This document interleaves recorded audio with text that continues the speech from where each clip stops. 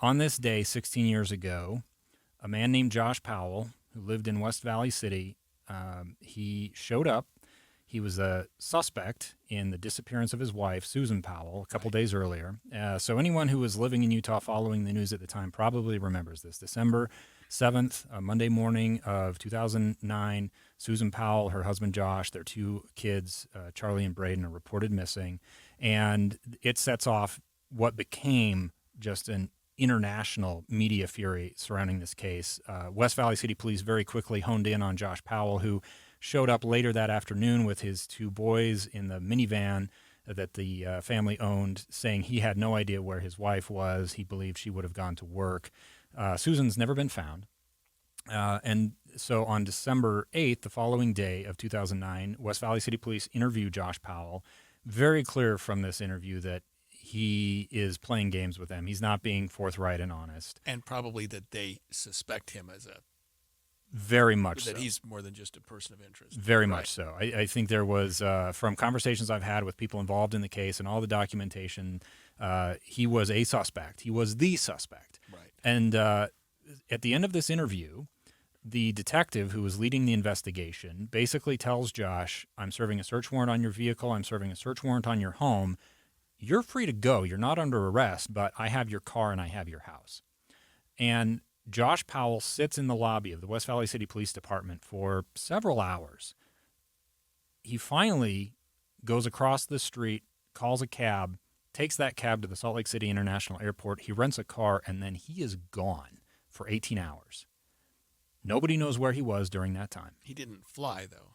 He did not fly. He rented a car. At the airport. At the airport. Right. Right? So you go up to the rental car, you give him your credit card, you get a car. When he returns the car, he's put 807 miles on. Again, he's gone for 18 hours. There's a little bit of driving that we know he does, to his sister's house here in the Salt Lake Valley. But basically, 800 miles. You figure the bulk of that in these 18 hours, if you do the math, he had to be driving pretty much constantly. Almost the whole time, right. Right?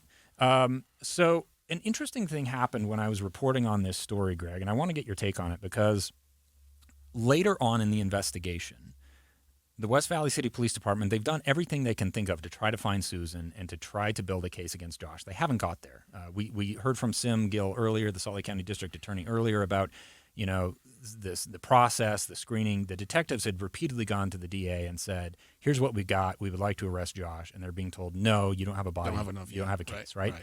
So they went and got a warrant, what's called a T3 warrant. I'm sure you're familiar, for a wiretap.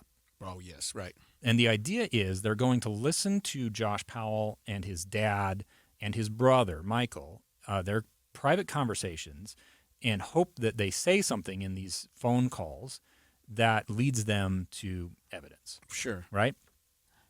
So I want to share with you. Those are hard to get. They are impossible. Very well, they're difficult for law enforcement. Law enforcement. Yes. Yes. Yeah. So because you have an expectation of privacy to your conversations, and you have to have some pretty compelling evidence to go to a judge with and say, we think that there's something going on here. We'd like to wiretap this phone and talk and listen to the conversations that the individual's having.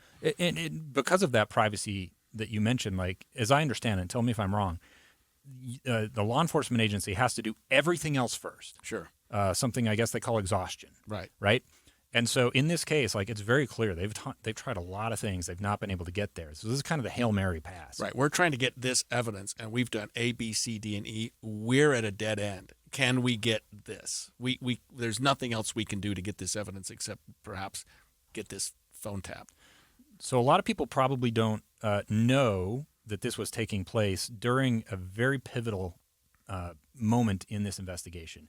They might remember that Josh Powell, the suspect, the husband in this case, he had moved up to Washington with the two boys shortly after Susan disappeared. He's living there at his dad's house, and police up in Tacoma, in Pierce County, Washington, they serve a search warrant on the dad's house. There are police searches taking place out in Ely, Nevada, around some mines and things like that. Okay. These wiretaps, we in the media, we never get to see these. Right. Because of the privacy concern. Right. Right? Yeah, they're sealed. because they're very private. During the course of my reporting on this story, I was able to get access, a very rare circumstance, to what they call line sheets. And this is basically, it's not a word-for-word transcript, but it's a summary of what the investigators listening were hearing, right?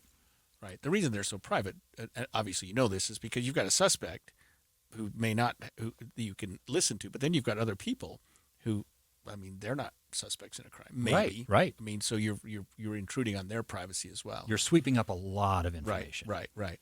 I want to share with you, Greg, when I was going through these line sheets, there was a moment in one of these calls where Josh is talking to his brother, he's talking to his dad and to his sister about what the police were doing. And so I'll just read this verbatim. Josh talks about police actions, speculates that the police got a warrant and searched a car that he had rented, and specifically states that they could have found a piece of topaz. So he's trying to say, why would they be looking, at Topaz Mountain at Ely, Nevada? Right. Josh states he's not responsible for who had the car before or after him. Josh talks about how much mileage was placed on the rental car. Josh tells Stephen, that's his dad, that it doesn't matter where he went and that he could have gone to St. George or maybe north, south, east, or west. Josh, goes on about what he's thinking and feeling. Then Steve, the father, asks Josh about this rental car again, so he comes back to the topic. And Josh says, I think there was probably a warrant served on the car that I rented. He was right. And he basically says, I just drove around Salt Lake City. I maybe put 300 miles on the car. So he basically less than half of what he actually put on it. So he's lying to his family. And he says, well, they didn't find DNA in the car. And unless they can find DNA, they can't pin this on me.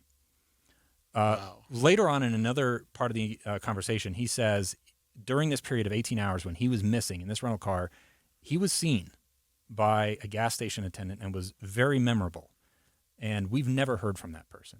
Yeah, so that would be nice. The reason I bring this all back after 16 years is somebody out there saw Josh Powell during these 18 hours 16 years ago. And if they are out there, Utah, Idaho, wherever they are, I would love to hear from them. Absolutely. And even after 16 years, it's interesting, Dave, because even though it's a 16-year-old case, I don't know, there's something about us that we're almost obsessed with these true crime stories and wanting to know. And he's dead, and she's gone, his father's dead.